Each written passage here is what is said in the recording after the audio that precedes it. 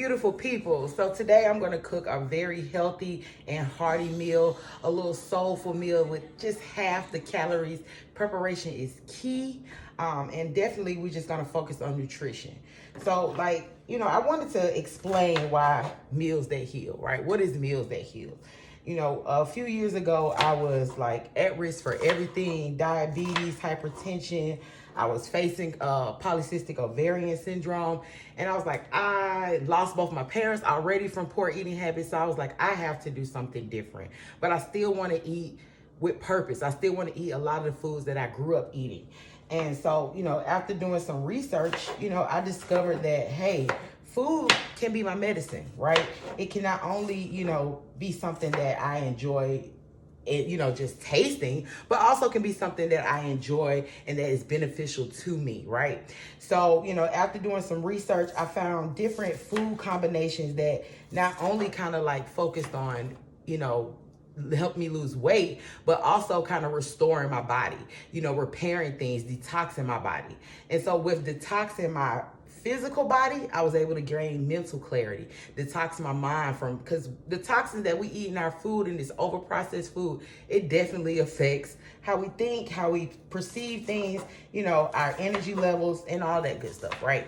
So I said, okay, let me focus on eating with purpose, eating food and food combinations that are gonna, detoxify, support, repair, and restore certain areas, especially the areas that I was at risk for.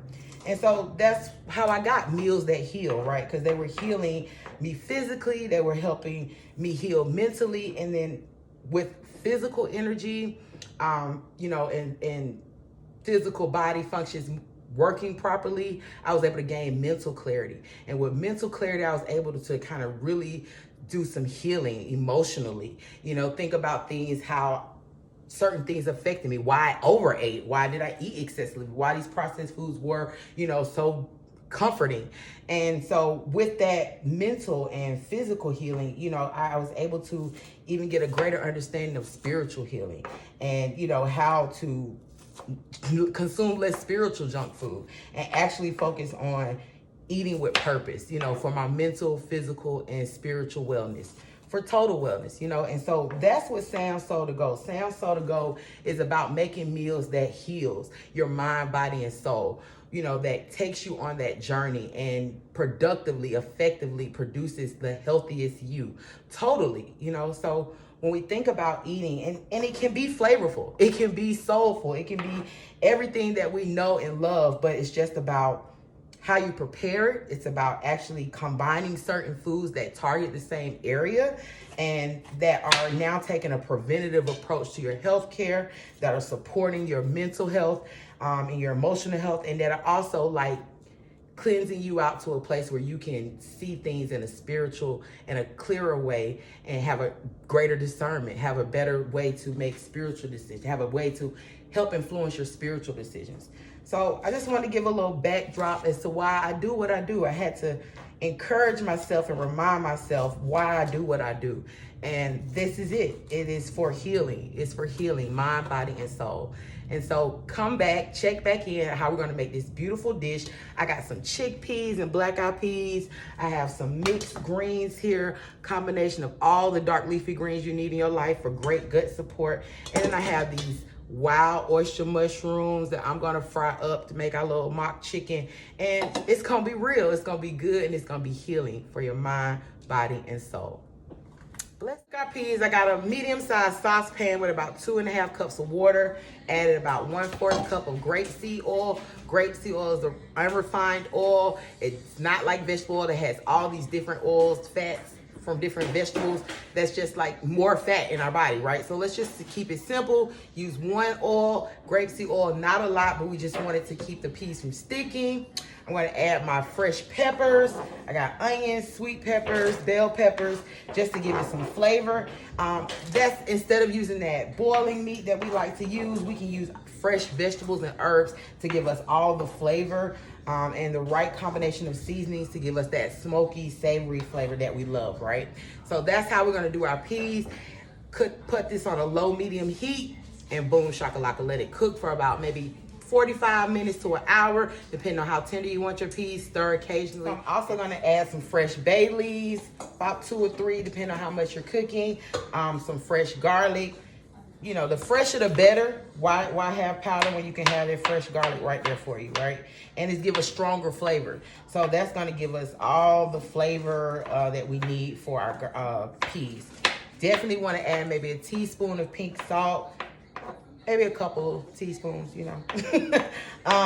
And again, like I said, let the herbs, let the fresh veggies, let that be your flavoring, your seasoning. So that way you cutting down less of the processed chemicals and food items that are going to your body, which contribute to disease, which contribute to complications, because now we're putting all this processed stuff in there and our body is taking longer to digest it, to break down less processed things. When we get it natural and fresh, it's going through like it's naturally supposed to do, right?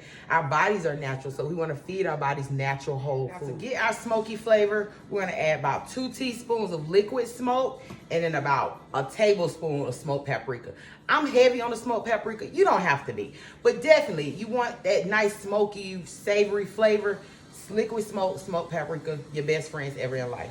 And that's probably about other than pink salt and a little coarse black pepper, that's about the only seasonings I use. These are my main go-tos. You know, I try to use everything else fresh because I like a diverse flavor. I want something that is less processed, and it's just, you know, I like cooking. But not everyone has the time. But think about it. You prep for the week. You can prep Sunday, prep all your veggies, prep all your seasonings, and then just add them to make little seasoning packs and add them to your meals as you cook throughout the week. Or if you're meal prepping for the entire week, you know, then definitely that's what you can do. Or you can just call Sam So to go, and we will definitely prep you up, right? Just want to throw that out there. Just add your peas. Get a nice good stir. And my favorite motto also is more color, more life. The more color, the more vibrant your food is, the more of the nutrients you're retaining, as opposed to cooking them down to where it's like all of that nutrient is now in the bottom of the pot. It's in the broth. So we definitely want to focus on eating our foods, not raw, but you know, you can do raw if that's your preference, but definitely to a point where they're cooked, you know, to a point where they're not cooked all the way down is what I'm saying. Okay, so to go with our peas, you know, to help that fiber out, I have some mixed greens. Now, I love a mixed green just because greens are rich in antioxidants. They're great for your body, for your gut. They also have vitamin C, vitamin K, a lot of minerals. I mean, it's just full of everything healthy, right?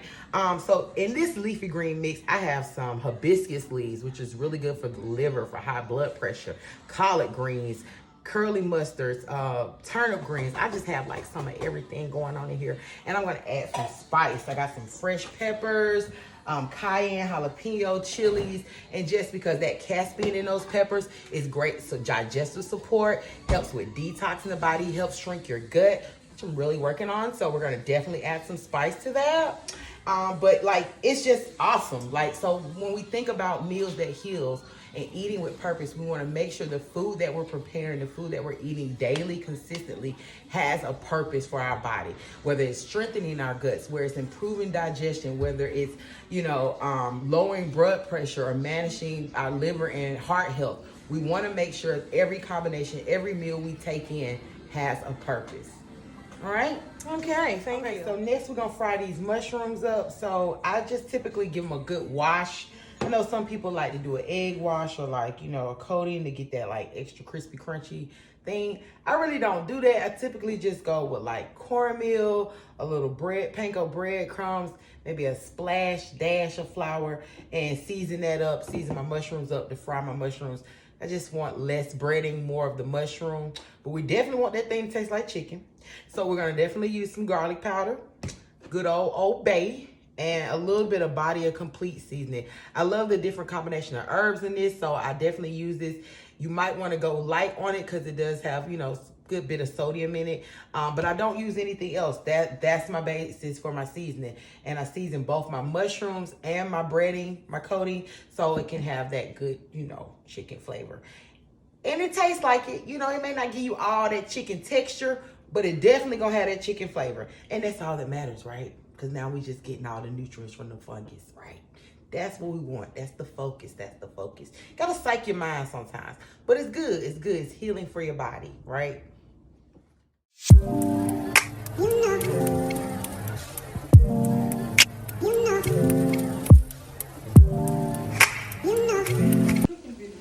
Okay, so beautiful people, now to saute our greens.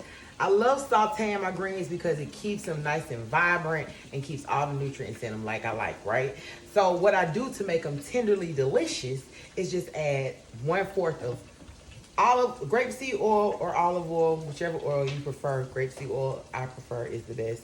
A 1/4 teaspoon of that, depending on how many greens you cooking, and then also like a 1/4 cup of water, and cover it. That way the greens will be tender and not, gritty or, real crunchy, but definitely still have all the nutrients that you need. So you're basically steaming, sauteing your greens. Perfect. It's just so much better for you. And I think it's just like a really healthier way to cook our greens, giving us still that soulful flavor or that green effect that we love when we have greens. It's all about the seasoning, but definitely keeping the nutrients still in the green that is going in our body.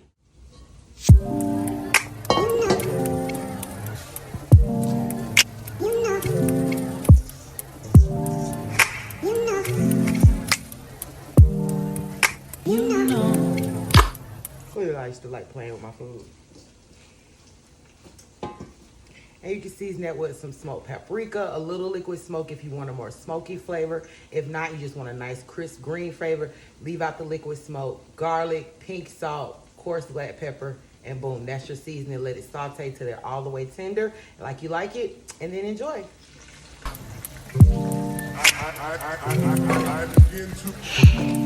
I begin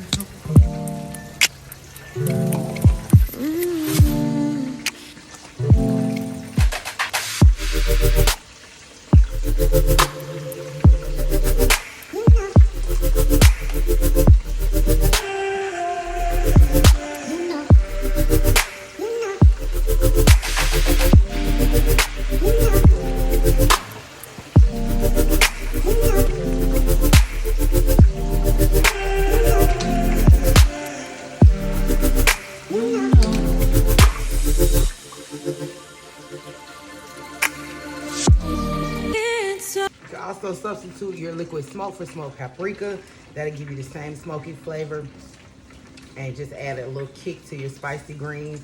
Now, like I said, I got a lot of peppers in here just to make it spicy. Hibiscus greens typically have like a tangy flavor. So if you want to cut some of that tangy flavor, the spice is a really good thing to add to it. And then you just, for the greens that you may not typically eat because they have like a tart taste, like our turnips or our mustards, the spice helps with that as well. Give it a nice mix, and then saute, put on the stove on a medium heat, cover it up. I say about 10 to 15 minutes, you're gonna have some really tender, juicy greens, full of flavor. It's so special, how it feels when I'm with you. You got me doing things I never thought I'd do. Just so you know, ain't never let you go. You're my whole. Just so you know, I'm not for sure.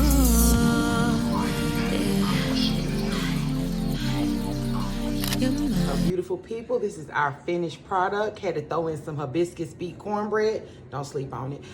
Just to go ahead and complement our greens and beans, chicken, greens, beans, everything, right? All of that. Just to make this a real purposeful meal that heal. So this is just like delectable. And the Geechee and me want to put some rice in that thing, right? But I'm just trying to do the right thing and not promote just that. So, but if you have to have rice or you need that whole grain to kind of slop up the greens and beans like we normally do, use quinoa, use brown rice, use couscous. Same consistency, season it a little bit, and you're going to get the same effect as your white rice. But definitely try for a whole grain, more nutritious grain, because it's going to just complete the whole meal that heals. Look at how beautiful that is. I mean, It just look like real country eating, because I'm a country girl. And it's gonna have all that soulful flavor that we love from the greens, the beans, the fried chicken, the cornbread, but it's so much healthier for us. From the way we prepared it, to the combination of greens and beans and peas that we use, to the hibiscus beet cornbread, to the fried oyster, everything has its purpose. And it's all good for our body. Healing for our mind, body, and soul. That's Sam's Soul to Go, Meals That Heal. Peace, love, and blessings, beautiful people.